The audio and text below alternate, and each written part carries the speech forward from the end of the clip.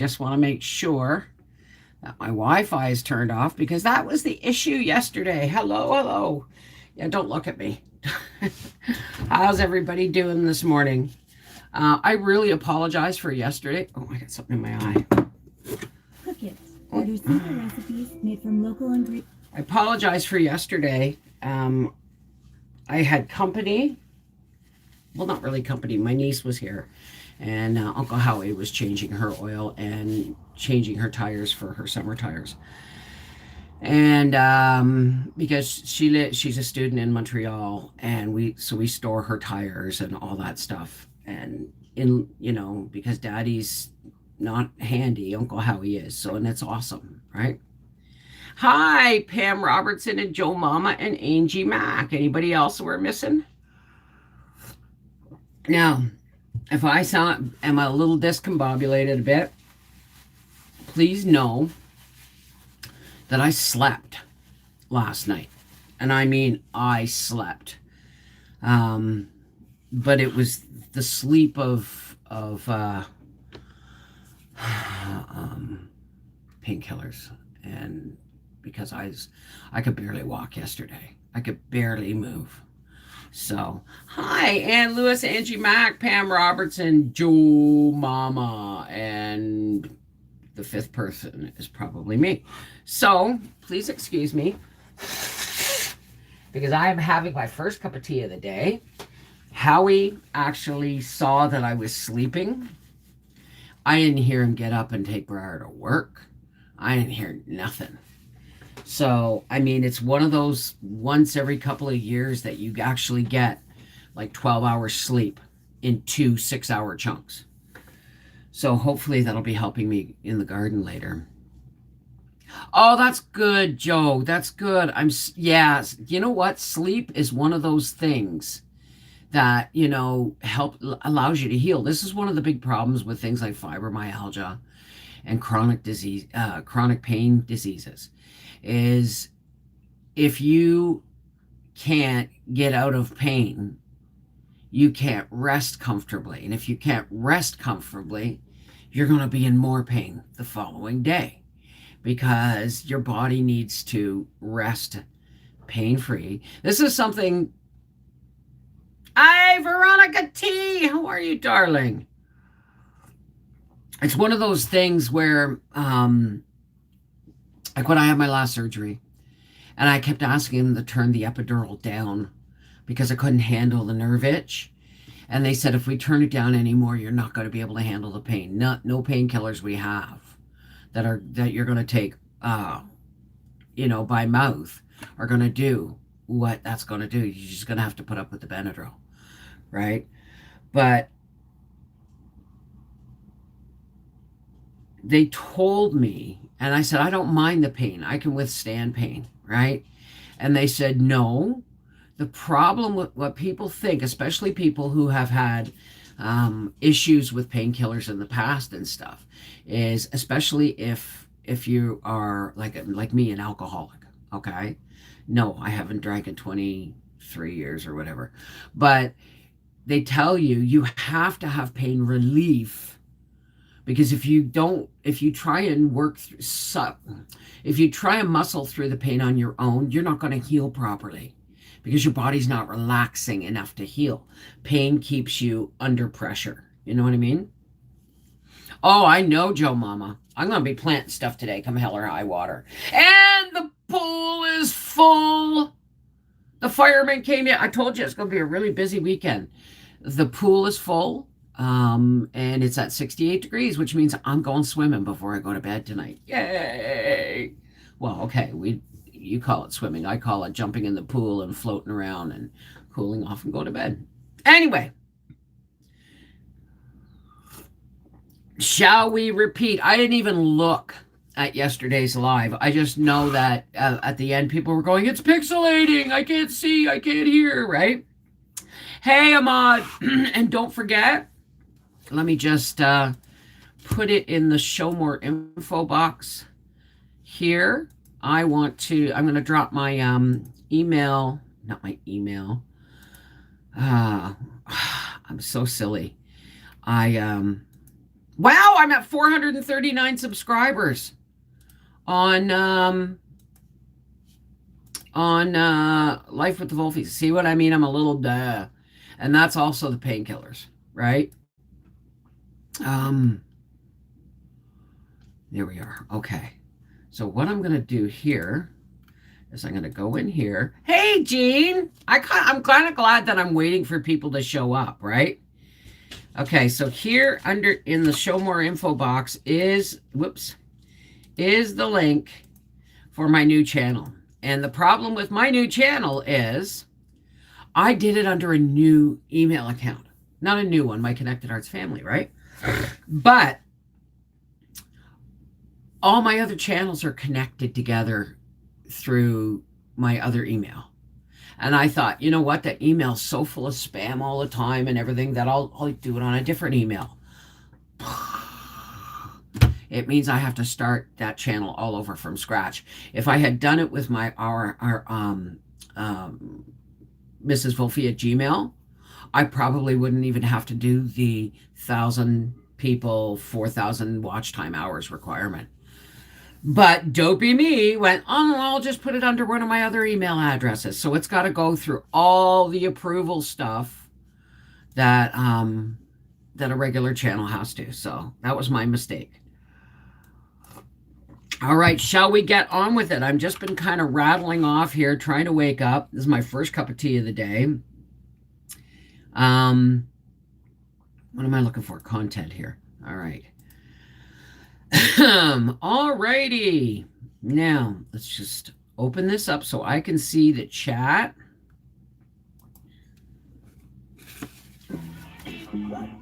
Oh, there's 9 of us. Awesome.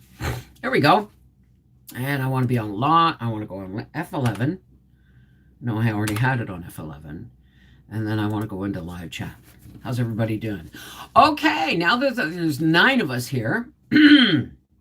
Let's repeat.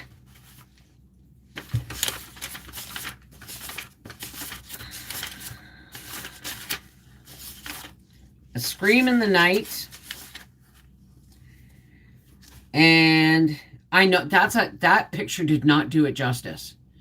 Actually, I handed Briar the camera and asked him to take the picture. And I said, wait. Take, no, take it. But it was brilliant, almost fuchsia pink. It was just absolutely beautiful. Okay. Have I announced the new channel on our half-acre homestead? Yes, but there's been some misunderstanding. I think people think I'm retiring the channel, our half-acre homestead. And I know I said I was going to, but what I mean when I say retire, it means it's not going to get my full focus. The new channel and the reading channel are. But I'm still going to be adding to our half-acre homestead. I'm still going to be doing gardening and baking and cooking and canning. That's all going to be on our half-acre homestead. Our Life with the Wolfies is less of an information channel and more of, racing. Well, it's going to be information, but there's going to be racing and all kinds of stuff, right? All right. Hi, Alexis. How's it going? So I have announced it, Joe Mama. It's just that some people aren't sure what to make of it. And some people don't understand why I started a new channel. And I'm really regretting I should have done it under the same email address as the rest. But maybe this is a new thing. Maybe I got to get back to my roots, right? All right. Wrong glasses for reading. There we go. But I can't see the thing with them. All right. Little House Live, day 34. A Scream in the Night.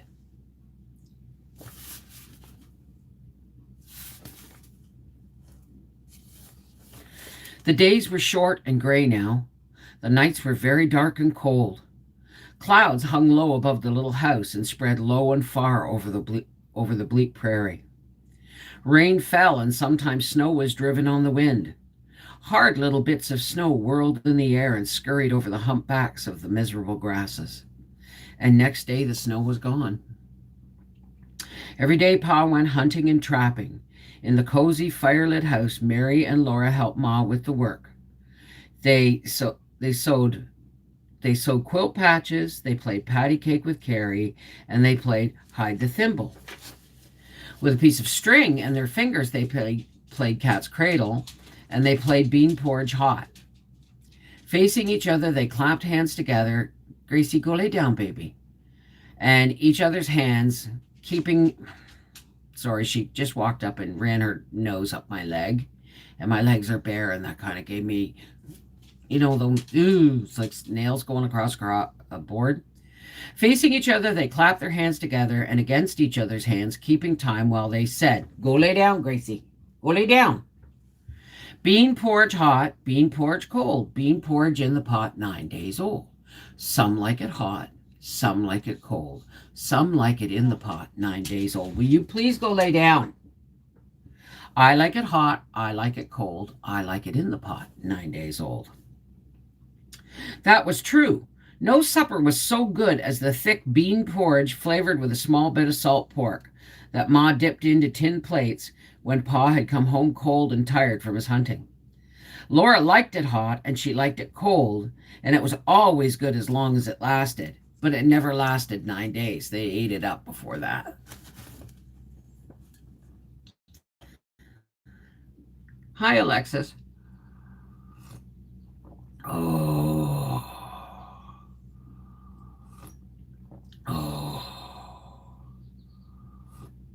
There it is.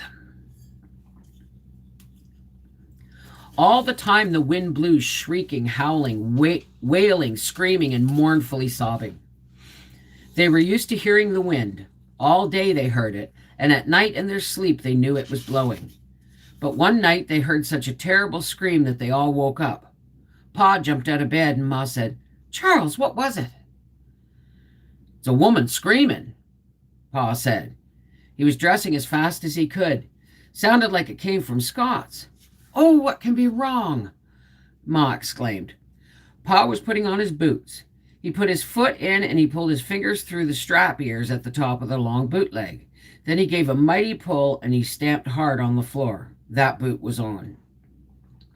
Maybe Scott is sick, he said, pulling on the other boot. You don't suppose? No, said Pa. I keep telling you they won't make any trouble. They're perfectly quiet and peaceable among those camps down in those camps among the bluffs. Sorry if I'm stumbling a little bit here, folks. Laura began to climb out of bed and Ma said, lie down, Laura, and be still. So she sat down. Pa put on his warm, bright plaid coat and his fur cap and his muffler. He lighted the candle in the lantern, took his gun, and hurried outdoors.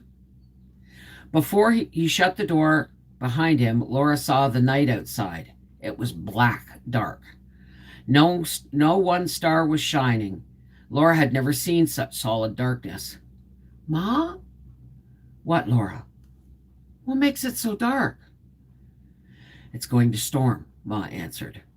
She pulled the latch string in, put a stick of wood on the fire, and then she went back to bed. Go to sleep, Mary and Laura, she said. But Ma did not go to sleep, and neither did Mary and Laura. They lay wide awake and listened. They could not hear anything but the wind.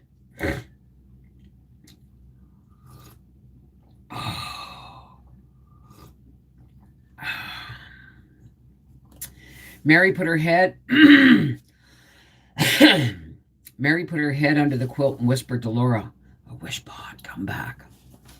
Laura nodded, her head on the pillow, but she couldn't say anything. She seemed to see Pa striding along the top of the bluff.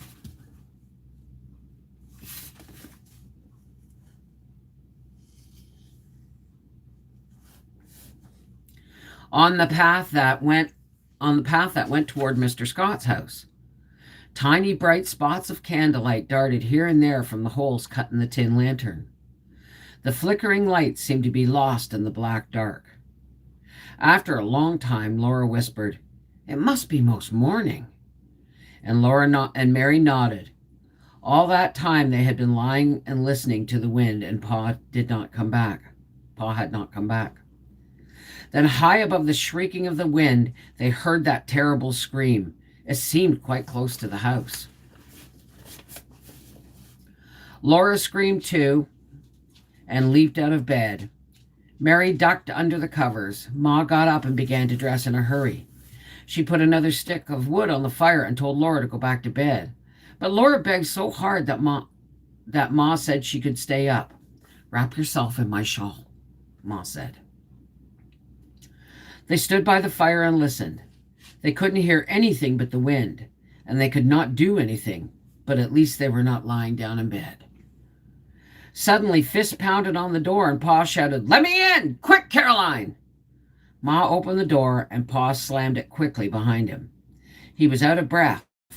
He pushed back his cap and said, "Whew, I'm scared yet." "What is it, Charles?" Ma said.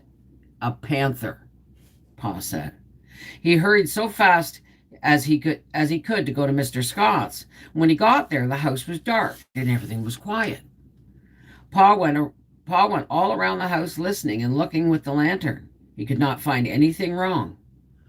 So he felt like a fool to think he had got up and dressed in the middle of the night and walked 2 miles, all because he heard the wind howl.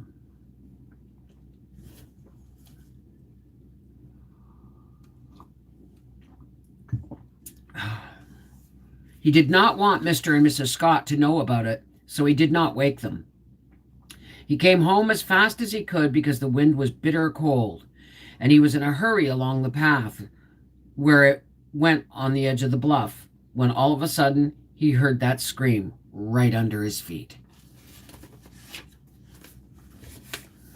"I tell you, my hair stood up till it lifted my cap," he told Laura. "I lit out for home like a scared rabbit." "Where was that panther, Pa?" she asked him. "In a treetop," said Pa. "In the top of that big cottonwood that grows against the bluff there." "Pa, did it come after you?" Laura asked. And he said, "I don't know, Laura." "Well, you're safe now, Charles," said Ma. "Yes, and I'm glad of it. It's too dark a night to be out with panthers," Pa said. "Now, Laura, where's my boot jack?"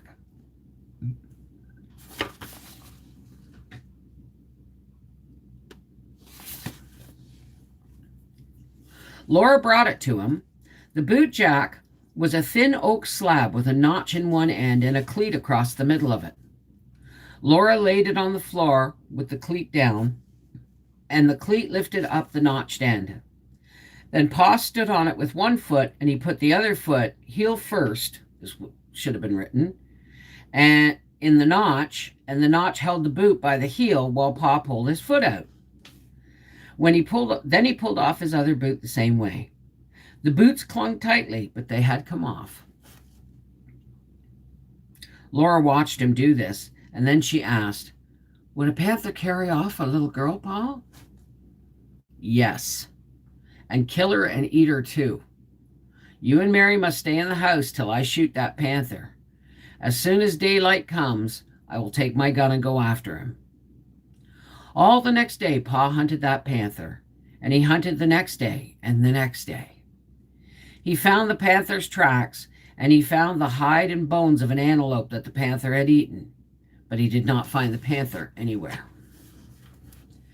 The panther went swiftly through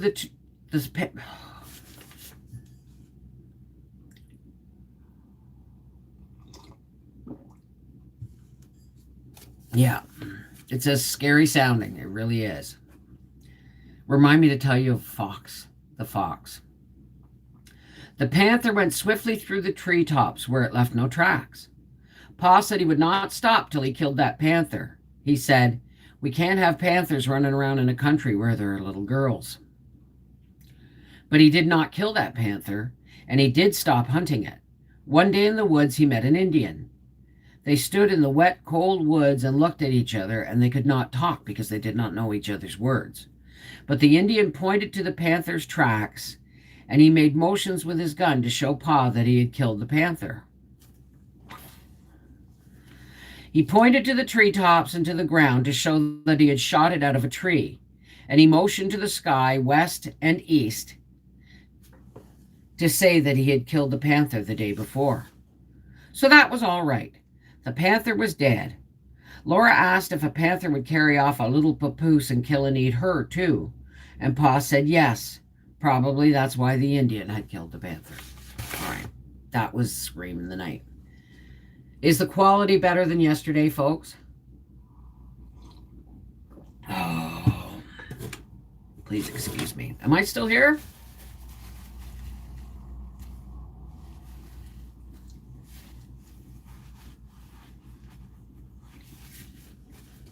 Okay. Oh, shoot. There we go. Hey, Marie Dunn. We're just about to read The Indian Jamboree. Okay. Thank you, thank you. All right. Chapter 21, The Indian Jamboree. Winter ended at last. There was a softer note in the sound of the wind, and the bitter cold was gone. One day, Pa had said he had seen a flock of wild geese flying north. It was time to take his furs to Independence. Ma said, "The Indians are so near." "They're perfectly friendly," Pa said. He often met Indians in the woods where he was hunting, and there was nothing to fear from Indians. "No," Ma said, but Laura knew that Ma was afraid of Indians. "No, you must go, Charles," she said. "We must have a plow and seeds, and you will soon be back again." Before dawn the next morning, Pa hitched Pet and Patty to the wagon, loaded his furs into it, and drove away. Laura and Mary counted the long empty days. 1, 2, 3, 4, and still Pa had not come home. In the morning of the 5th day, they began to earnestly watch for him. It was a sunny day. There was still a little chill in the wind, but it smelled of spring. The vast blue sky resounded to the quacks of wild ducks and the honking of wild geese. The long, black dotted lines of them flying were all flying north. The black dotted lines of them were all flying north. Oh, you're more than welcome, Jean. Laura and Mary played outdoors in the wild, sweet weather, and poor Jack watched them and sighed. He couldn't run and play anymore because he was chained. Laura and Mary tried to comfort him, but he didn't want petting. He wanted to be free again, as he used to be. I hear the tree frogs are back. They must be going to mate in my pool again. Pa didn't come that morning. He didn't come that afternoon. Ma said it must have taken him a long time to trade his furs. That afternoon, Laura and Mary were playing hopscotch. They marked the lines with a stick into the muddy yard. Mary didn't really want to hop because she was almost 8 years old, and she didn't think hopscotch was a ladylike play. But Laura teased and coaxed and said if they stayed outdoors, they would be sure to see Pa the minute he came from the creek bottoms. So Mary was hopping. Suddenly she stopped on one foot and said, "What's that?" Laura had already heard the queer sound and she was listening to it. She said, "It's the Indians." Mary's other foot dropped and she stood frozen still. She was scared. Laura was not exactly scared, but that sound made her feel funny. It was the sound of quite a lot of Indians chopping with their voices. You can almost hear them go, "No, no, no, no, no, no." I hear that with chopping, when she said chopping. And something like a dog barking. It was something like a song, but not like any song Laura had ever heard. It was a wild, fierce sound, but it didn't seem angry. Laura tried to hear it more clearly. She couldn't hear it very well because the hills and the trees and the wind were in the way, and Jack was savagely growling.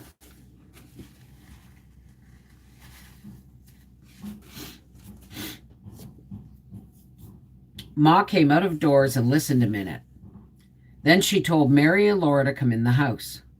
Ma took Jack inside, too, and pulled in the latch string. They didn't play any more. They watched at the window and listened to the sound. It was hard to hear in the house. Sometimes they couldn't hear it, and then they heard it again. It hadn't stopped. Ma and Laura did the chores earlier than usual. They locked Bunny and the cow and the calf in the stable and took the milk to the house. Ma strained it and set it away. She drew a bucket of fresh water from the well while Laura and Mary carried in wood. All the time that sound went on, it was louder. It was louder now and faster. Sorry, all the time that sound went on, it was louder now and faster. It made Laura's heart beat fast.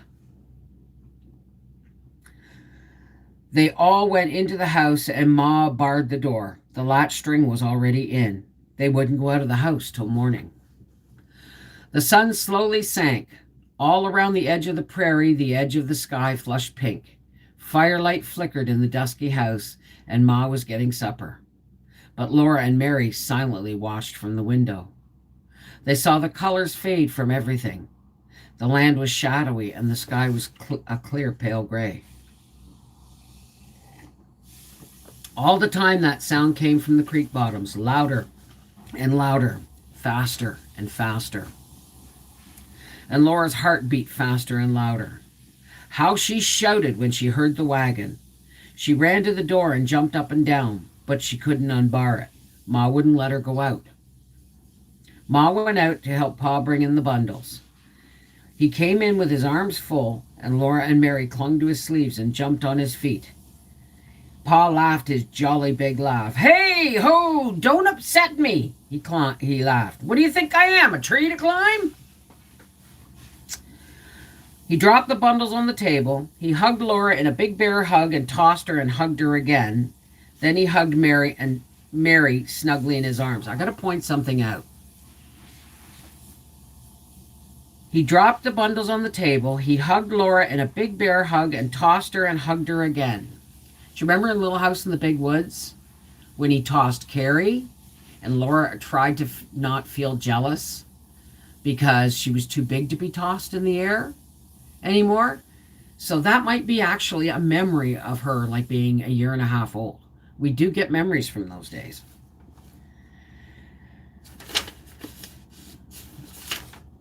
Then he hugged Mary snugly in the other arm.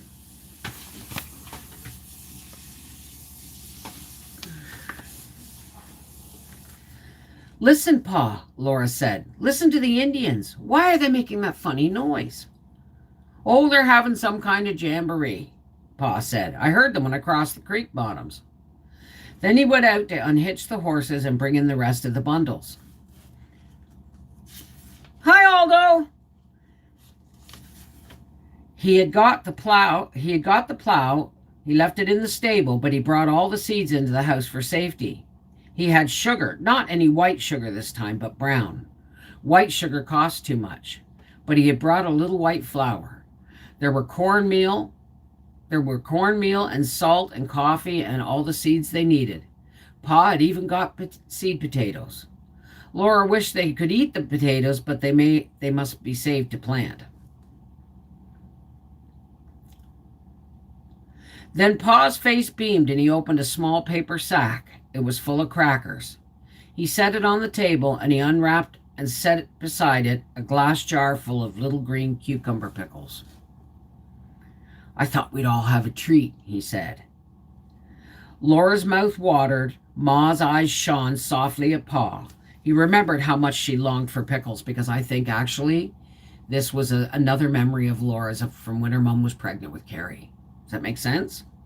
Because remember, this book is fiction. She was 18 months old. Laura was 18 months old when they were in Indian Territory. So this is basically made up of all the stories she heard from when they were Indian Territory and maybe some fractured memories, right?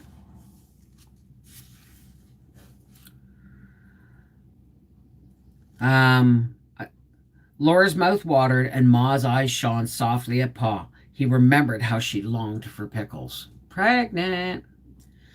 That wasn't all. He gave Ma a package and watched her unwrap it, and in it was enough pretty calico to make her a dress. "Oh, Charles, you shouldn't. It's too much," she said, but her face and paws were two beams of joy. Now he hung his cap and put his plaid coat on their pegs. He looked sideways at Laura and Mary, but that was all. He sat down and stretched out his legs to the fire. Mary and Laura sat down too and folded or Mary sat down too and folded her hands in her lap. But Laura climbed onto Pa's knee and beat him with her fists. Where is it? Where is it? Where's my present? She said, beating him. Pa laughed his big laugh, like great bells ringing, and he said, Why, I do believe there is something in my blouse pocket. He took out an oddly shaped package, and very, very slowly he opened it. You first, Mary, because you were so patient. And he gave Mary a comb for her hair.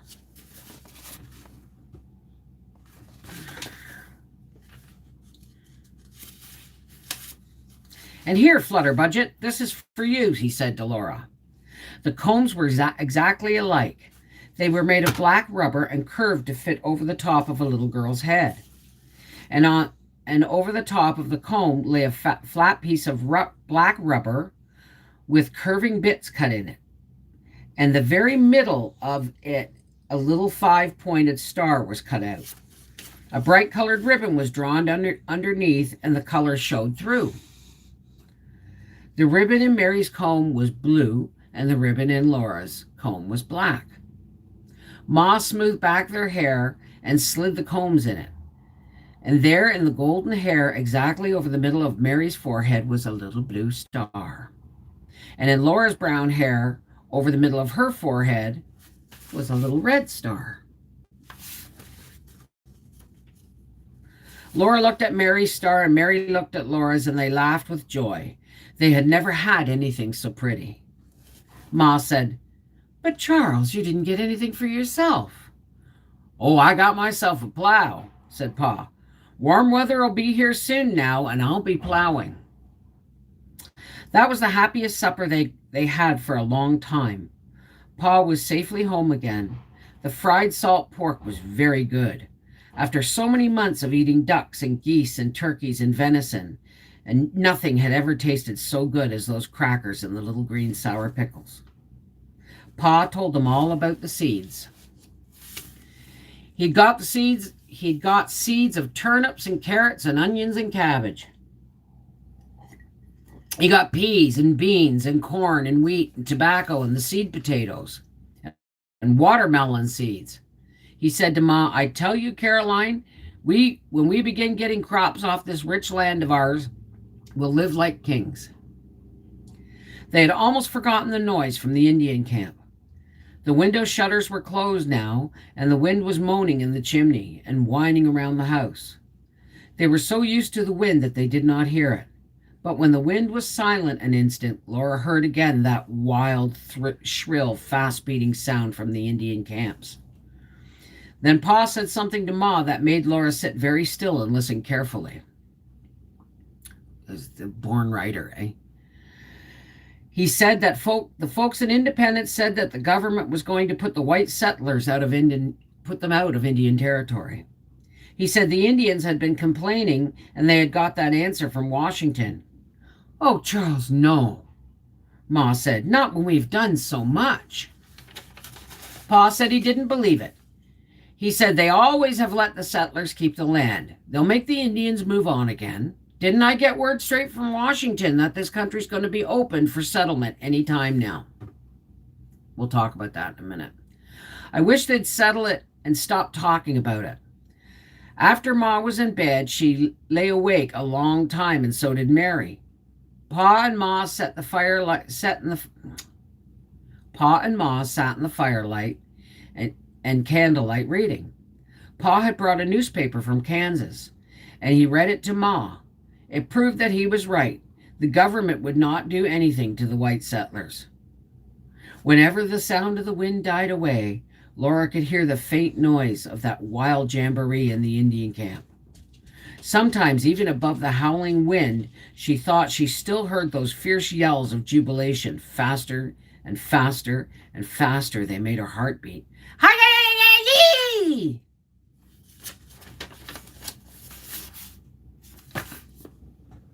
So, my apologies for such a poor reading yesterday. I hope I've made up for it. But don't forget, now I can't stay in, well, I'm going to talk about Remember they said it sounded like a woman's scream, the panther? I was in bed one night when we lived in Colborne, Ontario, and we were on the second floor, and our window was only like, it was on the second floor, but it was only like 15 feet from the road. And in the middle of the night, and this was back in our drinking days, and Howie was blind drunk, sound asleep. He drank until he passed out. And I heard this screaming. And it kept getting closer and closer to the house. It was like, wah! Wah! And it was just terrifying. I'd never heard anything like it in my life. And it wasn't until years later, because it was like, it sounded like it was coming up the road and went right past my house. And it kept screaming. And what it turned out to be was a female fox in heat. And it was just one of them. It sounded like a woman screaming. It was really something else.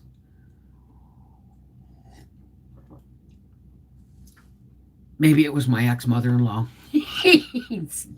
Not me. That Aldo said that. Well, listen, folks.